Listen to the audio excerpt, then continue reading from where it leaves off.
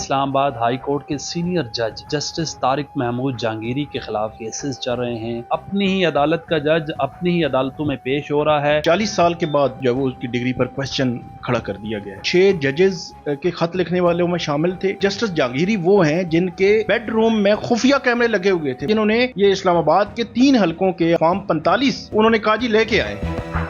اسلام آباد high court کے senior جج جسٹس طارق محمود جہانگیری کے خلاف آج کل کیسز چل رہے ہیں۔ پہلے ان کو اسلام آباد ہائی کورٹ نے اپنی ہی ہائی کورٹ نے جوڈیشل ورک کرنے سے روکا، پھر سندھ ہائی کورٹ میں ان کا کیس چلا، نان پروسیکیوشن ڈسمس کر دیا، پھر جہاں سے ڈگری کر رکھی تھی انہوں نے سندھ سے، ایک یونیورسٹی ہے سندھ کی، انہوں نے ڈگری منسوخ کر دی۔ یہ ماجرا کیا ہے؟ اب سپریم کورٹ نے جسٹس طارق محمود جہانگیری کو جو جوڈیشل ورک کرنے کا آرڈر تھا اسلام آباد ہائی کورٹ کا وہ ختم کر دیا ہے۔ اب وہ آج ان کے پاس ریگولر کیسز لگے ہیں۔ ماجرا کیا ہے کہ اپنی ہی عدالت کا جج اپنی ہی عدالتوں میں پیش ہو رہا ہے۔ سینئر صحافی تجزیہ نگار ثاقب بشیر صاحب میرے ساتھ موجود ہیں، ان سے بات چیت کرتے ہیں۔ یہ کیا چل رہا ہے؟ What's going on? کبھی سوچا آپ نے کہ جسٹس جہانگیری اپنے ہی عدالت میں پیش ہوں گے، یعنی کہ ہائی کورٹس میں؟ یہ تو کبھی ایسا نہیں ہوا۔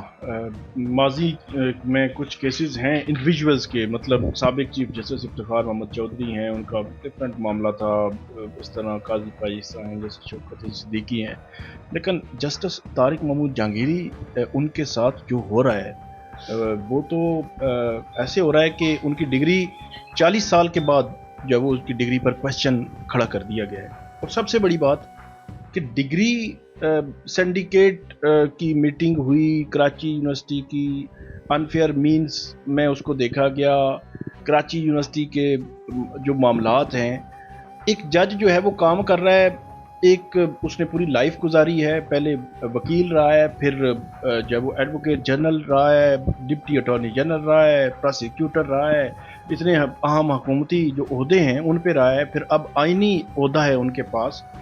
ان کی ڈگری جعلی قرار دی جا رہی ہے اور ان کو کوئی عطا پتہ ہی نہیں ہے، کوئی ان کو سنا ہی نہیں گیا، ان کے سامنے ان کا کیس ہی نہیں رکھا گیا۔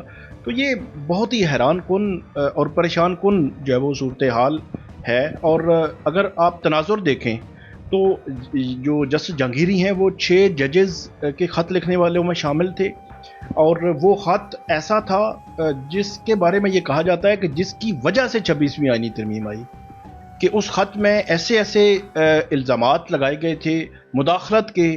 پھر جسٹس جہانگیری وہ ہیں جن کے بیڈ روم میں خفیہ کیمرے لگے ہوئے تھے، مطلب کبھی آپ نے سنا دیکھا جسٹس جہانگیری ان میں سے ہیں۔ پھر جسٹس جہانگیری وہ بھی ہیں جنہوں نے یہ اسلام آباد کے 3 حلقوں کے، آپ کو یاد ہوگا، فارم 45 انہوں نے کہا جی لے کے آئے۔ سب سے بڑا جھگڑا یہ تھا، میرا خیال ہے فیئرنیس، شفافیت تھی کہ فارم 45 ان کے سامنے رکھ دیتے، حکومت نے لیجسلیشن کی، ان سے کیس نکالا، پھر پتہ نہیں کیا کیا۔ اس وقت بھی ہم نے یہ رپورٹ کیا تھا کہ جسٹس جہانگیری کو یہ ایک میسج دیا گیا کہ آپ تھوڑا ہاتھ ہولا رکھیں۔ میں پیورلی قانونی بات کروں گا کہ ایک لڑکی ہے، اس لڑکی کا فیٹ ڈیسائیڈ ہونا ہے کہ اس لڑکی کا سٹیٹس کیا ہے۔ تو وہ نہ تو پٹیشنر تھی یہاں پہ اسلام آباد ہائی کورٹ کے سامنے، نہ ہی ریسپونڈنٹ میں تھی، نہ ہی وہ کوئی انٹروینر تھی، نہ کوئی اس میں پارٹی بننے کے لیے آئی، یا اس نے کوئی بیان دیا سوشل میڈیا، کہیں پہ بھی نہیں تھی۔ تو یہاں ججز جو تھے، جو پٹیشن ہے اس کو کہہ رہے تھے کہ یہ قابل سماعت نہیں ہے۔ ان کا پوائنٹ یہ تھا کہ وہ جو متاثرہ لڑکی ہے وہ تو کہیں ہے ہی نہیں ہمارے سامنے، تو کیسے اس کو کر سکتے ہیں؟ اسی مطلب قانون کے مطابق میں سمجھتا ہوں وہی فیصلہ وکٹم خود نہیں تھی۔ پھر جسٹس جہانگیری نے جو 190 ملین پاؤنڈ کیس میں جو ہائی کورٹ سے ضمانت ملی تھی عمران خان صاحب کو، اس وقت اس بینچ میں بھی جسٹس طارق محمود جہانگیری موجود تھے۔ اور پھر اطلاعات یہ بھی گردش میں ہیں یہاں وفاقی دارالحکومت میں کہ ان کو یہ بھی جو ہے وہ کہیں نہ کہیں کنوے ہوا کہ آپ کو لاہور ہائی کورٹ بھیج دیتے ہیں، آپ راولپنڈی بینچ جو لاہور ہائی کورٹ کا، وہاں بیٹھے رہیں، اپنے 1.5-2 سال ہیں آپ کے وہاں پہ، سکون سے کام چام کریں اور اپنی پوری کریں نوکری۔ پھر یہ بھی خبریں آئیں کہیں سے، مطلب یہ بھی کہ ان کو یہ بھی آفر ہوئی کہ آپ جو ہے وہ چیف جسٹس کو آپ بنا دیتے ہیں، لیکن آپ کو نظام کے ساتھ چلنا پڑے گا۔ تو یہ کتنا ٹینیور رہتا ہے جہانگیری سے؟ 2 سال ہے میرے خیال ہے۔ تو وہ آفرز کو شاید انہوں نے ایکسیپٹ، اور اس میں آفرز میں یہ بھی جو ہے وہ ہمارے ذرائع بتاتے ہیں کہ یہ بھی تھا کہ وہ آپ کے کیس ٹھیک ہو جائیں گے. کیس ٹھیک ہونے کا مطلب آپ سمجھتے ہیں کیا ہے؟ کہ مطلب یہ جو یونیورسٹی ہے نا، ہو سکتا ہے طارق جہانگیری صاحب اس نظام کے ساتھ چل پڑتے، جو مجھے میری سکس سینس کہتی ہے. جہانگیری صاحب نے لاہور ہائی کورٹ چلے جاتے، وہ سارا سسٹم ہو سکتا ہے پھر کراچی یونیورسٹی کہہ دیتی کہ نہیں وہ ہمیں مغالطہ ہو گیا جی، یہ تو ڈگری تو آپ کی بہترین ڈگری ہے، آپ کی ڈگری پر کون سوال اٹھا سکتا ہے. تو یہ کاغذ ٹھیک ہو. جیسے سندھ ہائی کورٹ میں جسٹس جہانگیری صاحب کے ساتھ ہوا، جسٹس آغا صاحب ہیں، سنا نہیں. جسٹس جہانگیری صاحب وہاں پر ایک قسم کی فریاد لے کر گئے، میں جج ہوں، میں نے ڈاؤٹ نہیں رہا، مجھے سن لیں خدا را کہ میں نے کبھی جعلی ڈگری، کبھی 2 نمبری نہیں کی. وہ ماجرا بتائیے. نہیں، وہ وہاں پر تو آپ سمپلی دیکھیں نا کہ جو ایک جج ہے وہ انصاف کے حصول کے لیے اسلام آباد سے کراچی جاتے ہیں، سندھ ہائی کورٹ میں پیش ہوتے ہیں، عدالت کے سامنے ان پرسن جاتے ہیں، بات کرتے ہیں. میں تو مطلب آپ سر پکڑ لیتے ہیں کہ ایک بندہ آپ کے سامنے آیا ہے، آئینی عدالت کے جج ہیں کے آغا صاحب اور دوسرے بھی ان کے ساتھ، تو انہوں نے اتنا بھی لحاظ نہیں کیا کہ کل یہ پوزیشن تبدیل بھی ہو سکتی ہے. یار آپ پہ بھی ایسا وقت آ سکتا ہے، جس طرح کے حالات، جس طرح کے معاملات، جس طرح کی چیزیں ہیں، آپ پہ بھی اس طرح کا وقت آ سکتا ہے. تو جسٹس جہانگیری بار بار کہہ رہے ہیں کہ مجھے سنا تو جائے نا، مجھے فریق بنائے اس میں، اس کے بعد اس کیس کو جو ہے وہ آگے بڑھائے. تو انہوں نے سنا ہی نہیں ہے. اور اس کے بعد کیا ہوا، پھر وہ سارے واضح وکلا وغیرہ بائیکاٹ کر گئے، اور اس کے بعد انہوں نے بغیر ڈسمس نان پروسیکیوشن اس کیس کو کر دیا. پھر اب کیس آج لگا ہوا تھا وہاں پہ سندھ ہائی کورٹ میں، 3 اکتوبر کے لیے تاریخ ہوئی ہے. اب اس میں بھی ایک چیز دیکھنے والی ہے کہ کراچی یونیورسٹی میں جو کچھ ہوا ان کے خلاف، اس کو انہوں نے سندھ ہائی کورٹ میں چیلنج کیا ہے. تو سندھ ہائی کورٹ میں چیلنج ایک ایڈمیٹڈ فیکٹ ہے کہ جسٹس جہانگیری کو نہیں بلایا گیا، جسٹس جہانگیری کو نہیں کہا گیا کہ جی آپ آ کے جب وہ اپنے کیس میں اگر کوئی دفاع لانا چاہتے ہیں تو لائیں.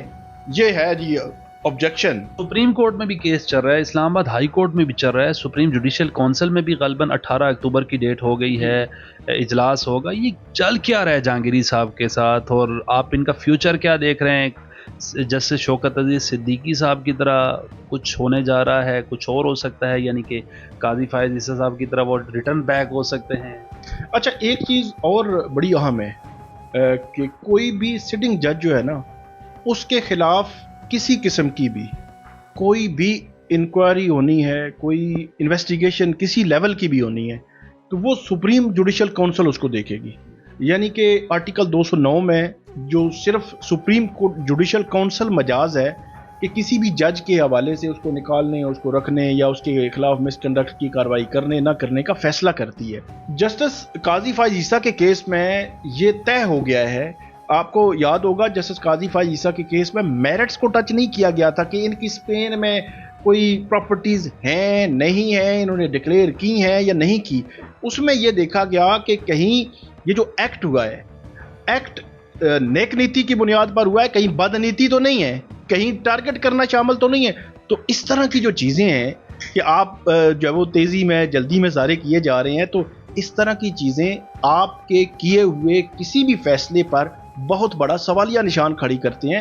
اور ایک جج کے حوالے سے آپ نے اگر کوئی فیصلہ کرنا ہے، اس کی ڈگری کی چھیڑ چھاڑ کرنی ہے، تو اس کی فیئرنیس، اس کی شفافیت، اس کی جتنی پروسیڈنگز چل رہی ہیں وہ ہمیں نظر آنے چاہیے.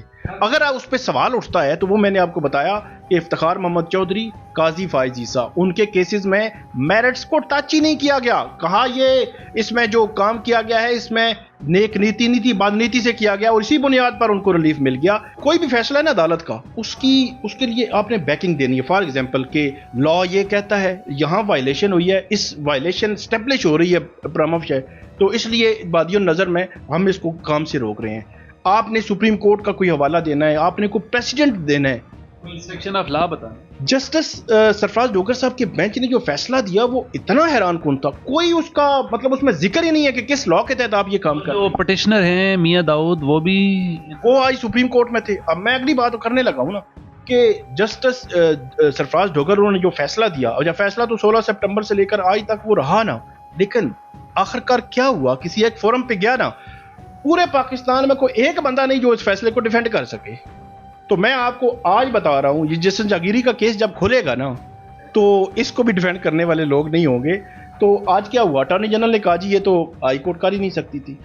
میاں داؤد جو اس میں درخواست گزار ہیں انہوں نے کہا جی یہ تو کر ہی نہیں سکتی تھی ہائی کورٹ. آخر میں کیا ہوا، مطلب ایک صبح کا سامنے ہی ہوا نا کہ آپ نے 12-14 روز ہو گئے آپ نے ایک جج کو کام سے روکا ہوا ہے. یہ کیسے ہو سکتا ہے؟ مطلب یہ کوئی مطلب پاکستان میں کوئی آئین ہے، کوئی قانون، ٹھیک ہے 26ویں آئینی ترمیم ہو گئی ہے، ٹرانسفر ججز آ گئے ہیں، لیکن آپ نے کسی ضابطے کے تحت ہی چلنا ہے نا. ایسے تو نہیں کوئی بادشاہت قائم ہے جناب جو مرضی کرتے جائیں. میری انفارمیشن ہے آپ کو ان کو دھکے لگا کے ہی آپ کو نکالنا پڑے گا کہ جاگیری صاحب کو دھکا لگائیں اور ان کو باہر بھیج دیں، پھر جسٹس بابر ستار صاحب کو دھکا لگائیں اور جوڈیشری سے باہر بھیج دیں. ریزائن شائن والا کوئی چکر صاحب یہ آپ نے نیا دیکھا ہوگا، میں نے بھی، ہم دیکھا کرتے تھے کہ ججز ایک ہوا کرتے تھے، صدیقی صاحب، شوکت عزیز صدیقی صاحب یا قاضی فائز، یہ 5 ججز ہیں، پہلے 6 تھے اب 5 ہو گئے. ان میں کافی زیادہ کوارڈینیشن ہو گئی ہے، ساتھ چل پڑے ہیں، جو مشکل ہو رہی ہے مقتدرہ کو بھی ان کے اوپر ریفرنس بنانے. نہیں ساتھ تو پھر آپ بات سنیں نا، انہوں نے خط لکھا، خط کے بعد جو سیکوینس آف ایونٹس بنے ان میں سے 1 بائی 1 ان کے خلاف سوشل میڈیا کی کمپینز چلیں، مہمیں چلیں، ان کے خلاف طرح طرح کے الزامات آئے، جوڈیشل کونسل میں ان کے خلاف شکایات آنا شروع ہوئی کہ ان کے خلاف کارروائیاں کی جائیں. تو یہ جب اتنی چیزیں چل پڑتی ہیں پھر کیا ہوا، ٹرانسفر ججز آ گئے، ان کو سائڈ لائن کیا گیا، ان کی جو ان کا بنتا تھا، مطلب justice Mohsin Akhtar Kayani next chief justice بننا تھا، ان کو روک دیا گیا. باقی جو وہ ایک درجہ بندی ان کی کم ہوگی، مطلب سینئر پیونی جج justice Mohsin Akhtar Kayani chief justice بنتے تو اس وقت جسٹس طارق جہانگیری سینئر پیونی جج ہوتے، لیکن وہ نہیں ہے. تو یہ ساری سچویشن بنی 26ویں آئینی ترمیم کے بعد. اب 27ویں آئینی ترمیم کی بھی ہم سن رہے ہیں کہ ہو سکتا ہے ان کو کنسنٹ کے بغیر جب وہ دوسرے صوبوں کی ہائی کورٹس میں بھیجنے کے حوالے سے کوئی ایسی اقدامات، کوئی چیز ایسی معاملہ ہو. لیکن یہ ہے کہ بظاہر تو مجھے ایسے لگتا ہے کہ یہ جانے شانے والے تو نہیں ہیں، ان کو اگر بھیج دیں تو وہ پھر ان کی مرضی ہے.